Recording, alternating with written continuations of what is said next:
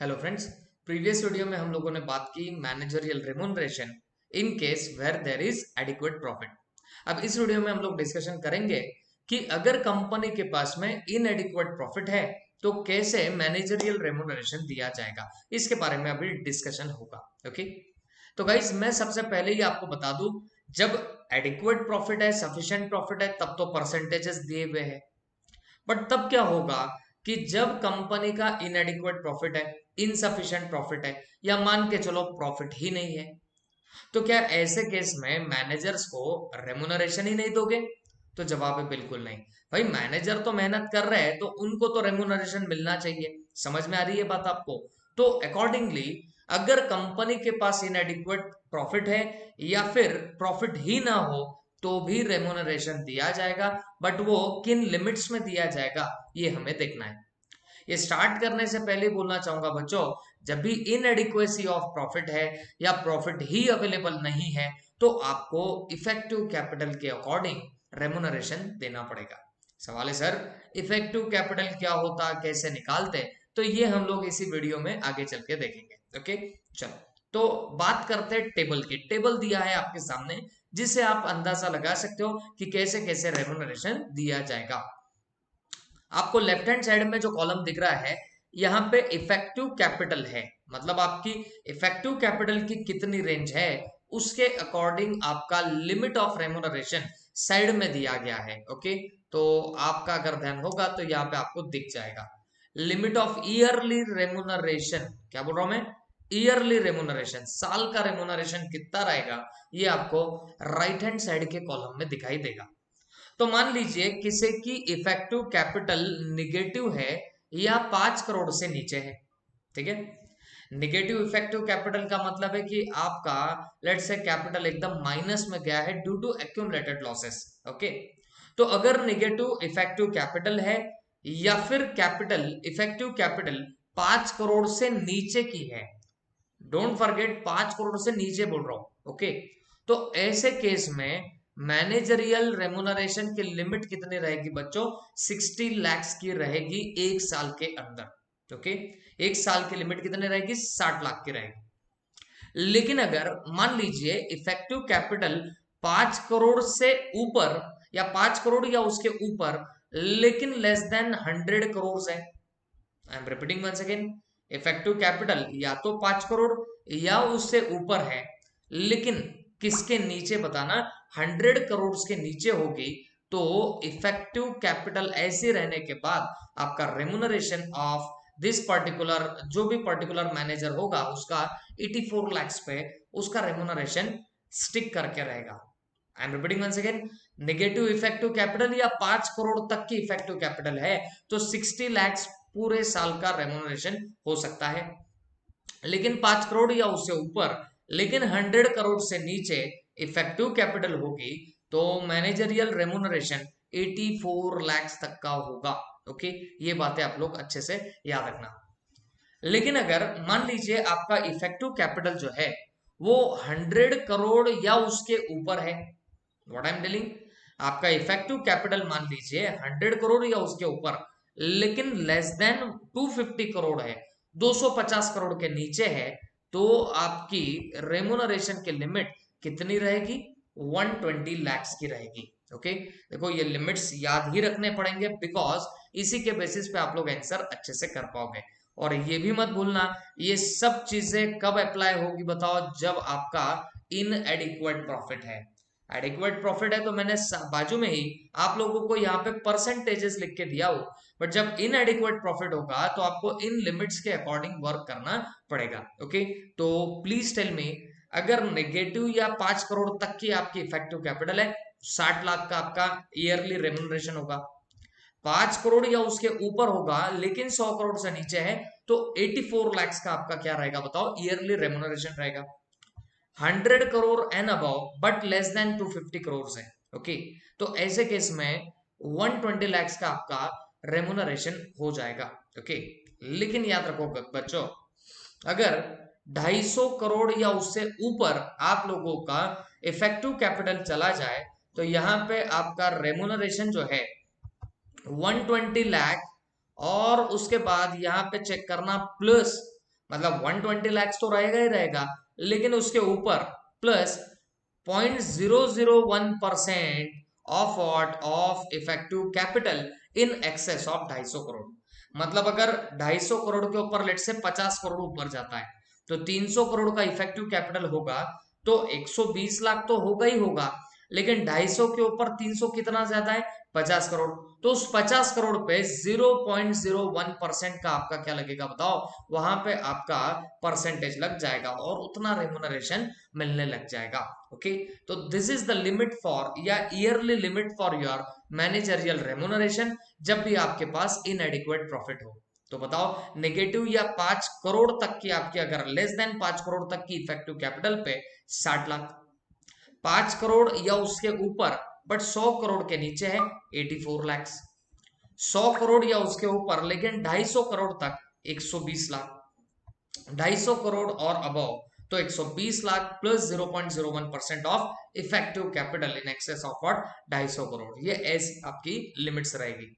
लेकिन इसमें एक बात अच्छे से याद रखना, और वो कौन सी बात बच्चों, कि जो भी आपका रेमुनरेशन है in excess of the above limits, okay, जो भी आपका रेमुनरेशन है in excess of above limits, ये जो लिमिट्स दी है, तो क्या उसके ऊपर रेमुनरेशन दिया नहीं जा सकता है क्या, तो दिया जा सकता है, लेकिन आपको एक रेजोल्यूशन पास करना पड़ेगा शेयर होल्डर्स का, और वो भी कैसा resolution, special resolution. That means 3/4 majority अगर आप लोग लेके आओ तो इन लिमिट्स के ऊपर भी रेमुनरेशन दिया जा सकता है। ओके, तो ये बातें आप लोग अच्छे से याद रखना। होप सो लिमिट सबको याद हो गई होगी, ये याद करनी ही पड़ेगी। ओके, लेकिन अब सबसे इंपॉर्टेंट चीज का डिस्कशन करते हैं। देखो मार्केट इज वेरी इंपॉर्टेंट, क्योंकि एग्जाम में डायरेक्टली सिर्फ इसका ही क्वेश्चन आ जाता है, कैलकुलेशन ऑफ इफेक्टिव कैपिटल का ही क्वेश्चन आपको देखने मिल सकता है। ओके, रेमुनरेशन रहा बाजू में, बहुत बार सिर्फ इफेक्टिव कैपिटल ही निकाल के दे दो, ऐसा क्वेश्चन एग्जाम में आ चुका है। तो अकॉर्डिंगली आप समझ के लीजिए कि ये कैसे निकाला जाएगा। ओके, करना कुछ नहीं है, बस इतना टेबल आपको ढंग से याद रखना है। आप क्या कीजिए, पेड अप शेयर कैपिटल ले लो। ओके, जो paid up value of share capital है, फिर उसमें प्रेफरेंस भी आ सकता है, इक्विटी भी आ सकता है, तो आप पेड अप शेयर कैपिटल ले लीजिए। लेकिन इसमें से शेयर एप्लीकेशन मनी डिडक्ट कर दो, इसको कंसिडर मत करो। और अगर आपको कॉल इन एडवांस मिला होगा तो उसे भी आपको कंसिडर नहीं करना रहेगा। ओके, तो simply speaking paid up share capital लो, लेकिन उसके अंदर कई शेयर एप्लीकेशन मनी होगी, उसे कंसिडर नहीं करना है। एडवांसेस अगेंस्ट शेयर मिले हुए हैं, मींस शेयर के अगेंस्ट आपको एडवांस में कॉल मिला हुआ है, वो भी आपको कंसिडर नहीं करना है, और वो चीज आप लोग यहां से उठा के बाहर डाल दीजिए। ठीक है, और उस पेड अप शेयर कैपिटल में फिर आप लोग सिक्योरिटीज प्रीमियम ऐड कर दीजिए, और रिजर्व्स एंड सरप्लस जो होते हैं वो भी आप लोग ऐड कर दीजिए। लेकिन डोंट फॉरगेट, आपको रीवैल्यूएशन रिजर्व जो होता है उसे आपको नहीं लेना पड़ेगा। ओके, तो जो एक्सक्लूडिंग रीवैल्यूएशन रिजर्व है वही आपको रिजर्व्स एंड सरप्लस लेने पड़ेंगे। गाइस मुझे एक बात बताओ, वैसे भी कैपिटल कंपनी के कंटेक्स्ट में क्या रहता, उसका पेड अप शेयर कैपिटल हो गया, है ना, और शेयर होल्डर से रिलेटेड जो जो चीजें हैं जैसे रिजर्व्स एंड सरप्लस है, तो इफेक्टिव कैपिटल में इन चीजों को भी कंसिडर किया जाता है। तो याद रखो क्या क्या लोगे इफेक्टिव कैपिटल के लिए, पेड अप शेयर कैपिटल, लेकिन शेयर एप्लीकेशन मनी और advance against share that is loans ये नहीं चाहिए। उसके बाद securities premium and reserves and surplus लेने पड़ेंगे, लेकिन याद रखो रिवैल्यूएशन रिजर्व इसमें नहीं लिया जाता। ओके, उसके अलावा long term loans and deposit repayable after 1 year, very important. देखो भाई, long term loans and advances तो लेने हैं, लेकिन जो रीपेबल आफ्टर 1 ईयर है, मतलब आपको एक बात तो ऐसे भी समझती होगी, long term loan and deposit बोल दिया, लॉन्ग टर्म मतलब यही होता है जो 1 साल के बाद आपको पे करने की जरूरत होती है। तो ऐसे ही लॉन्ग टर्म लोन्स आपको इफेक्टिव कैपिटल निकालते वक्त लेने पड़ेंगे। ओके, जो 1 साल से ज्यादा पीरियड में आपको रीपे करना पड़े। याद रखना इसमें वर्किंग कैपिटल लोन्स नहीं रहेगा। रीजन ये है क्योंकि working capital loan less than 1 year के लिए होता है, ओवरड्राफ्ट ये भी लेस देन 1 ईयर, आप तो जैसे जैसे पेमेंट आएगा आप उसमें डाल देते हो, तो ये लेस देन 1 ईयर होता है। Interest due on loans, interest भी 1 ईयर के अंदर पे करना पड़ता है। तो ये सब शॉर्ट टर्म हो गए ना बॉस। तो ये शॉर्ट टर्म होने की वजह से हम इसे इफेक्टिव कैपिटल में कंसिडर नहीं करते, क्योंकि इफेक्टिव कैपिटल के लिए सिर्फ आपको long term loans and deposits ही वहां पर लेना पड़ेगा। तो इफेक्टिव कैपिटल निकालते वक्त 3 चीजें आप लोग ले रहे हो। सबसे पहला, पेड अप शेयर कैपिटल लो, लेकिन एक्सक्लूडिंग शेयर एप्लीकेशन मनी और एडवांसेस अगेंस्ट शेयर्स, इसको छोड़ के। फिर सिक्योरिटीज प्रीमियम और रिजर्व्स एंड सरप्लस ले लो, लेकिन रीवैल्यूएशन रिजर्व को छोड़ के लेना। और तीसरे नंबर पे long term loans and deposits आपको लेना पड़ेगा, लेकिन इसमें भी याद रखना working capital loans, overdraft, interest वगैरह वगैरह ये सारी चीजें छोड़ के आपको लेनी पड़ेगी। ओके एंड गाइस, तब जाके आपका यहां पर कोई सब टोटल आ जाएगा। इस सब टोटल में से आप लोग कोई भी इन्वेस्टमेंट अगर दिख रही होंगी तो इसको उठा के डिडक्ट कर देना। देखो यहाँ माइनस का सिंबल दिख रहा होगा, सही है ना। तो आपको इसे क्या करना है बताओ, आपको इसे डिडक्ट कर देना पड़ेगा। होप सो समझ में आया होगा। इफेक्टिव कैपिटल निकालते वक्त इस इन्वेस्टमेंट को माइनस कर दो। और accept in case of what, investment company, मतलब आप अगर खुद इन्वेस्टमेंट कंपनी होंगे तो फिर आपको इसे डिडक्ट करने की कोई जरूरत नहीं है। I am repeating once again, effective capital निकालते वक्त आपको paid up share capital, securities premium, reserve, long term loans की टोटल लेनी है, इसमें से डिडक्ट करना है कोई भी इन्वेस्टमेंट को, लेकिन accept in case of investment by investment company. आप अगर इफेक्टिव कैपिटल इन्वेस्टमेंट कंपनी का निकाल रहे हो तो आपको उसे डिडक्ट नहीं करना रहेगा, लेकिन इन्वेस्टमेंट कंपनी के अलावा और किसी कंपनी का इफेक्टिव कैपिटल निकाल रहे हो तो आपको इन्वेस्टमेंट को डिडक्ट करना ही पड़ेगा। ओके, तो ये बात मेरी अच्छे से याद रखना। ओके एंड देन आपको एक और चीज वहां से माइनस करनी है, and that is accumulated losses and preliminary expenses not written off। accumulated losses का मतलब जो आपको बार बार रिकरिंगली लॉसेस होते आ रहे हैं उन्हें आपको डिडक्ट करना पड़ेगा। उसके अलावा और क्या डिडक्ट करना है, preliminary expenses not return of. Preliminary expenses बोले तो कंपनी के फॉर्मेशन के पहले आपने कोई एक्सपेंडिचर किया होगा तो वो आपको पहले तो बैलेंस शीट में डालना पड़ता है और धीरे धीरे उसको राइट ऑफ करना पड़ता है।